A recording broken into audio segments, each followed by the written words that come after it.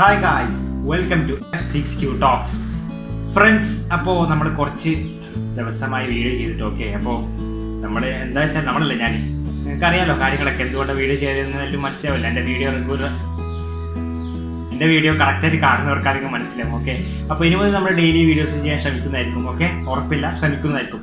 അപ്പോൾ ഇന്നത്തെ നമ്മുടെ കണ്ടന്റ് എന്താണെന്ന് വെച്ചാൽ കുറച്ച് വ്യത്യസ്ത തരമായിട്ടുള്ള ഇന്ത്യൻ ഭക്ഷണങ്ങളാണ്. കുറച്ച് വ്യത്യസ്ത തരമായിട്ടുള്ള ഇന്ത്യൻ ഭക്ഷണങ്ങളാണ് ഇന്നത്തെ നമ്മുടെ വീഡിയോയിലൂടെ നമ്മൾ നോക്കാൻ പോകുന്നത്. അപ്പോൾ നമുക്ക് നേരെ വീഡിയോയിലേക്ക് പോകാം.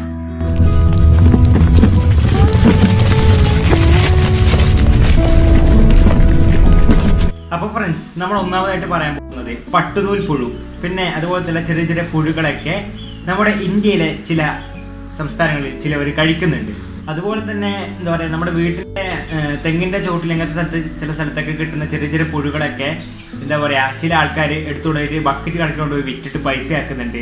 ചില ആൾക്കാർ അതിനെ ഒരുമിച്ച് ഇങ്ങനെ വേവിച്ച് കഴിക്കുന്നുമുണ്ട് നമ്മുടെ ഇന്ത്യയിൽ തന്നെ. ഗൈസ്, നമ്മൾ രണ്ടാമതായിട്ട് കാണാൻ പോകുന്നതാണ് സ്നൈൽ ഫ്രൈ.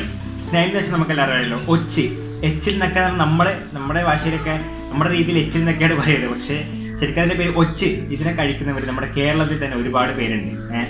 അപ്പോൾ ഈ ഒച്ചിനെ ഒരുപാടായിട്ട് കിട്ടുന്നത് വയൽ പ്രദേശങ്ങളിലും അങ്ങനെയുള്ള സ്ഥലത്തൊക്കെയാണ്. അപ്പോൾ ഒരുപാട് ആൾക്കാർ, ഇതിന് ഇഷ്ടമുള്ള ആൾക്കാർ പോയിട്ട് അതിനെ ഒരുപാട് കൊട്ട കണക്കിന് പിടിച്ചുകൊണ്ട് വന്നിട്ട് കിട്ടുന്നത്ര പിടിച്ചുകൊണ്ട് വന്നിട്ട് ഒരു വെള്ളം ചൂടാക്കിയിട്ട് അതിലേക്ക് ഇട്ടിട്ടാണ് ഇതിനെ കഴിക്കുന്നത്. അതുപോലെ തന്നെ ഇതിൻ്റെ തോട് കാര്യങ്ങളൊക്കെ മാറ്റിയിട്ട് അതിൻ്റെ മാംസം മാത്രം എടുത്തിട്ട് ഇവർ വേവിച്ചിട്ട് ചോറിൻ്റെ കൂടിയും അങ്ങനെയൊക്കെ കഴിക്കുന്നവരുണ്ട്. അത് നമ്മുടെ കേരളത്തിൽ തന്നെ.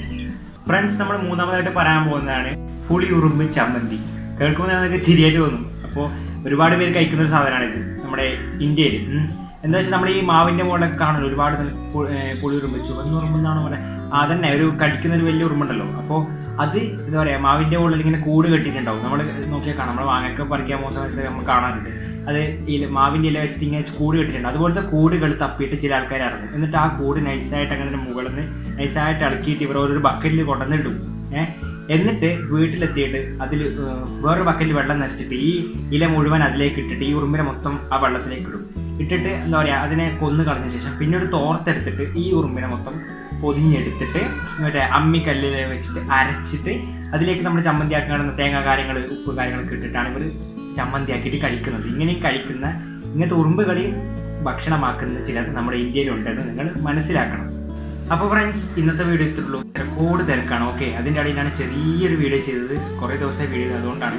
അപ്പോൾ നാളെ മുതൽ ഡെയിലി വീഡിയോസ് അപ്ലോഡ് ചെയ്യാൻ ഞാൻ പരമാവധി ശ്രമിക്കുന്നതായിരിക്കും. ശ്രമിക്കുന്നതായിരിക്കും എന്ന് പറയാൻ കാരണം വെച്ചാൽ ചില സമയത്ത് നമുക്ക് വീഡിയോ അപ്ലോഡ് ചെയ്യാൻ പറ്റിയിട്ടില്ലെങ്കിൽ നിങ്ങളോട് വഞ്ചന പോലെ ആവുമല്ലോ. അതുകൊണ്ട് ശ്രമിക്കുന്നതായിരിക്കും.